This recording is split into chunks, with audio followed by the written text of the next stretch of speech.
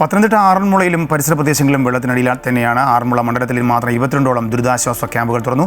എന്നാൽ നിരവധി സ്ഥലങ്ങളിൽ സഹായം പോലും ലഭിക്കാതെ ഇപ്പോഴും ആളുകൾ ഒറ്റപ്പെട്ട് കിടക്കുന്നു. വൈദ്യുതിയോ ഭക്ഷണമോ ഇല്ലാത്തതിനാൽ പലയിടത്തും ജനങ്ങൾ പ്രതിഷേധവുമായി രംഗത്തെത്തി. അതേസമയം ഇന്നലെ പ്രളയം നാശം വിതച്ച റാന്നിയിൽ വെള്ളം ഇറങ്ങിത്തുടങ്ങി. കൂടുതൽ വിശദാംശങ്ങളുമായി കണ്ണൻ ദേവ് പത്തനംതിട്ടയിൽ നിന്നും ചേരുന്നുണ്ട്. കണ്ണൻ ദേവ്, ആശ്വാസകരമായ വാർത്തയാണ് വെള്ളം ഇറങ്ങുന്നു എന്നുള്ളത്. പക്ഷേ എങ്കിൽ പോലും ജനജീവിതം ദുസ്സഹമാണ്. എന്താണ് വിവരങ്ങൾ കണ്ണൻ?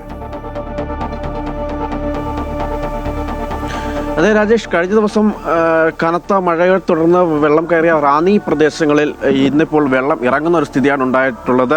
വ്യാപാര സ്ഥാപനങ്ങളിലും വീടുകളിലും അടക്കം വൃത്തിയാക്കലിലേക്കുള്ള പരിപാടികളിലേക്കൊക്കെ അവിടുത്തെ ആളുകൾ കടന്നിട്ടുണ്ട്. എന്നാൽ ആറന്മുള ഭാഗത്തേക്ക് പക്ഷേ സ്ഥിതി വ്യത്യസ്തമാണ്. ഇവിടെ വെള്ളം കൂടുതൽ പ്രദേശങ്ങളിലേക്ക് എത്തിയിട്ടുണ്ട്.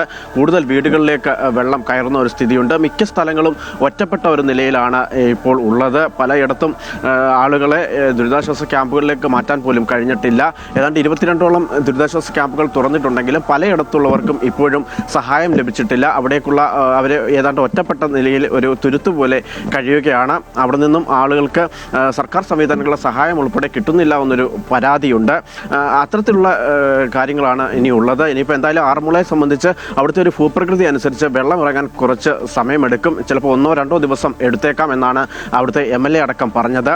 ഈ ആദ്യഘട്ടത്തിൽ ആറന്മുളയ്ക്ക് വേണ്ടത്ര ശ്രദ്ധ കിട്ടിയില്ല എന്ന് MLA ഒരു പരിഭവം പോലെ നേരത്തെ പറഞ്ഞിരുന്നു. കാരണം റാന്നിയിലെ വെള്ളം തീർച്ചയായിട്ടും ആറന്മുളയിലേക്ക് ഉൾപ്പെടെ പമ്പാ നദിയിലൂടെ ഒഴുകി എത്തുമെന്ന് അറിഞ്ഞിട്ടും യാതൊരു തരത്തിലുള്ള ഒരു ശ്രദ്ധയും ആറന്മുളയ്ക്ക് ലഭിച്ചില്ല. അവിടെ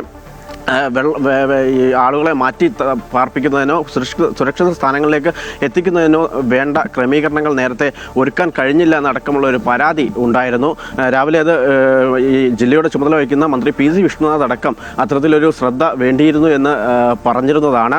എന്തായാലും ഇപ്പോഴത്തെ സ്ഥിതിയിൽ ആറന്മുളയിലടക്കം വിവിധ പ്രദേശങ്ങളിൽ വെള്ളം കെട്ടിക്കിടക്കുകയാണ്. ഇവിടെ നിന്നും ഒഴുകിപ്പോകാൻ എന്തായാലും 1-2 മണിക്കൂറുകൾ എടുക്കും. റാന്നിയിലെ സ്ഥിതി തികച്ചും വ്യത്യസ്തമായി. അവിടെ നിന്നും വെള്ളമൊക്കെ ഇറങ്ങി. ഇന്നിപ്പോൾ ഒരു തെളിഞ്ഞ കാലാവസ്ഥയായിരുന്നു ഇന്ന് മുഴുവനും ഉണ്ടായിരുന്നത്. രാവിലെ മുതൽ തെളിഞ്ഞ കാലാവസ്ഥ ആയതിനാൽ തന്നെ ഈ വെള്ളത്തിന് ഒരു കുറവുണ്ട്. പമ്പാ നദിയിലെ പലയിടത്തു നിന്നും ഈ വെള്ളം കയറിയ പല സ്ഥലത്തു നിന്നും വെള്ളം ഇറങ്ങുന്ന ഒരു സ്ഥിതിയുണ്ട്. ഇനിയിപ്പോൾ ഇന്നിനി രാത്രി ചിലപ്പോൾ മഴ പെയ്താൽ ഇത് വീണ്ടും വെള്ളക്കെട്ടിലേക്കൊക്കെ വന്നേക്കാം. രാജേഷ്, കണ്ണനാണ് വിശദാംശങ്ങൾ പങ്കുവച്ചത്.